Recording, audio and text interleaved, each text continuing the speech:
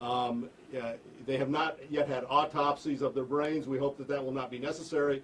But science marches on, and after you see 19 out of 20 brains that have been autopsied have CTE, as well as the ongoing widespread nature of the injuries to players, doctors are fairly able to conclude players based upon their symptomology do or do not have the disease. Are any of the 5 players taking part in any studies on this? Well, that will be part of the lawsuit and part of the discovery that's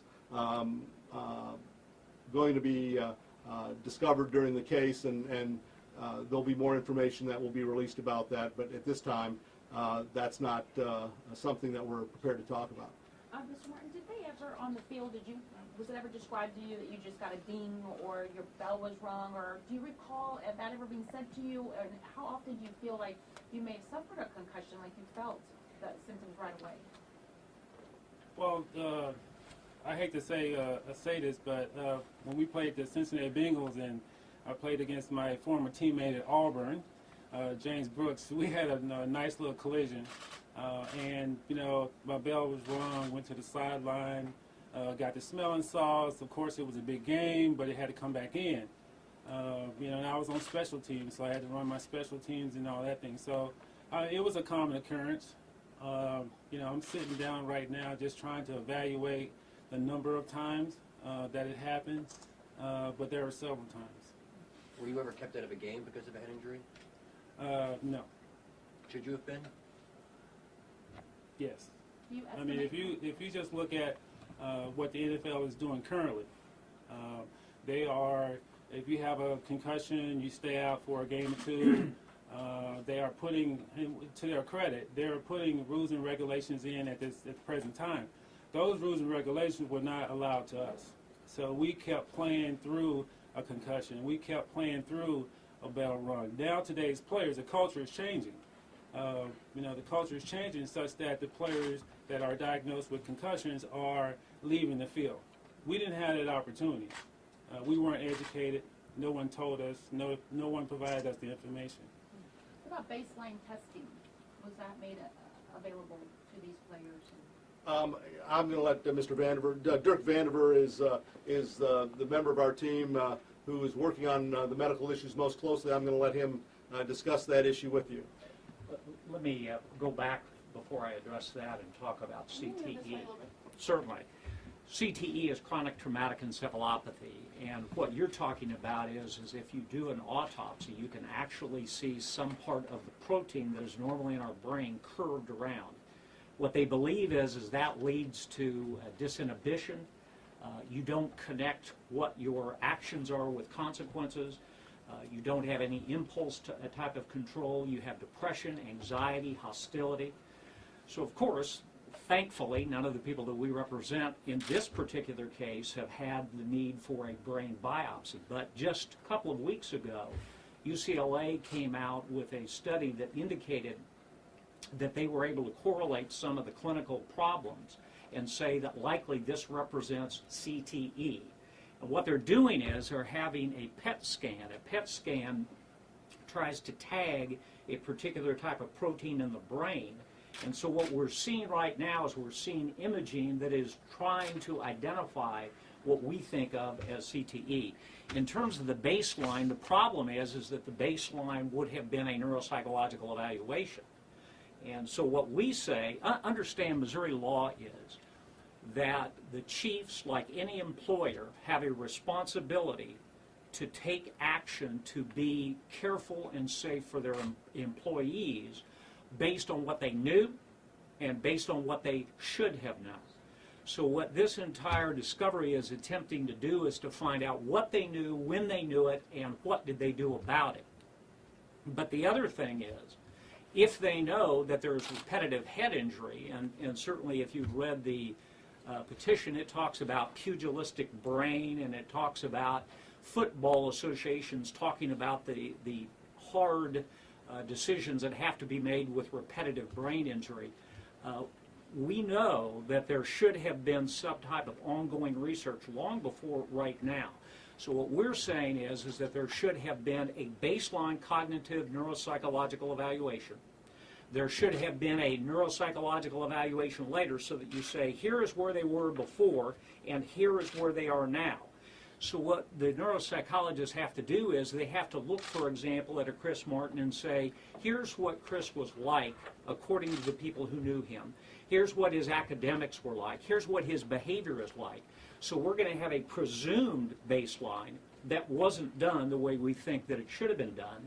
And now here is what happens, and we see a difference in the neuropsychological evaluation. Can your 5 clients, in simple speak, they're not covered by the NFL settlement because their injuries aren't severe enough, or because they went under collective bargaining then, or what? Well, there's two parts to that. As we understand the settlement as it's been announced, they will receive nothing from the settlement even if they are covered. They will be covered if they don't opt out. So our intention is, unless something changes between now and the opt-out date and different terms and conditions are announced, there's nothing for them to stay in. So they effectively would be covered. In their case, however, they are in a unique circumstance in that they did not have coverage by the collective bargaining agreement in the years that they played for the Chiefs, because the collective bargaining agreement was not in effect between 1986 and 92.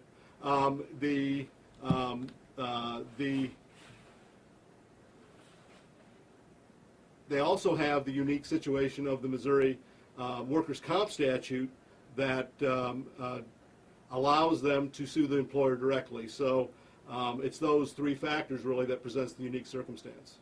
What's the right thing to do for the Chiefs? Your message for them? Well, as you know, as Chris pointed out, they're doing some better things now. The right thing to do is to compensate these players for their losses.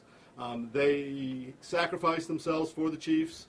They were outstanding players, all of them. They were stalwarts that built this franchise into the multi-million-dollar a year business that it is. They're injured, they're hurt, they need to be compensated. And so the right thing to do for the Chiefs is to compensate them and recognize that their success has been built upon the sacrifice that they made. Chris, how long have you been contemplating this lawsuit? Actually, I haven't been contemplating it. What really sparked my interest, and I did the research here. I did the research on the NFL lawsuit and the settlement.